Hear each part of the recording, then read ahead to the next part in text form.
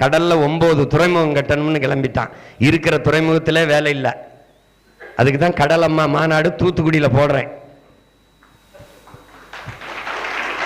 முதல்ல கடல்னா என்னன்னு நம்ம தெரிஞ்சுக்கணும்ல. ஏதோ கடல் தண்ணியா இருக்கு, கடல்னா என்ன முதல்ல கற்பிக்கிறதுக்கு இன்னைக்கு வகுப்பறையில் அதுக்கு வாய்ப்பு இல்லாமல் போச்சு.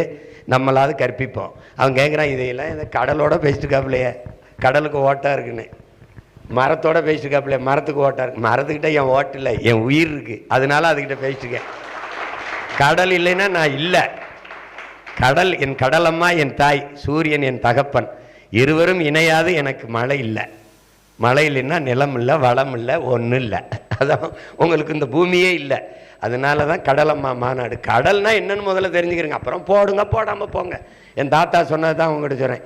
பேசுகிறத பேசிட்டேன், இதை நல்ல மனுஷன் பார்த்து போட்டு விடுங்க ஓட்டையும் பாரு காமராஜ். அதை தான் நானும் சொல்கிறேன். பாருங்க, அங்கே போகும்போது தினமும் ஜெபிச்சு பயன் இல்லை. வாக்கு செலுத்த போகும்போது ஜெபிச்சுக்கிட்டே போங்க. கர்த்தரை துதிங்க, பாடுங்க. பாட்டு பாருங்க, உங்கள் கண்ணுக்கு உதய சூரிய ரெட்டலை தெரிஞ்சு, தாமரை தெரிஞ்சு, கை தெரிஞ்சுன்னா என்னை கேளுங்க.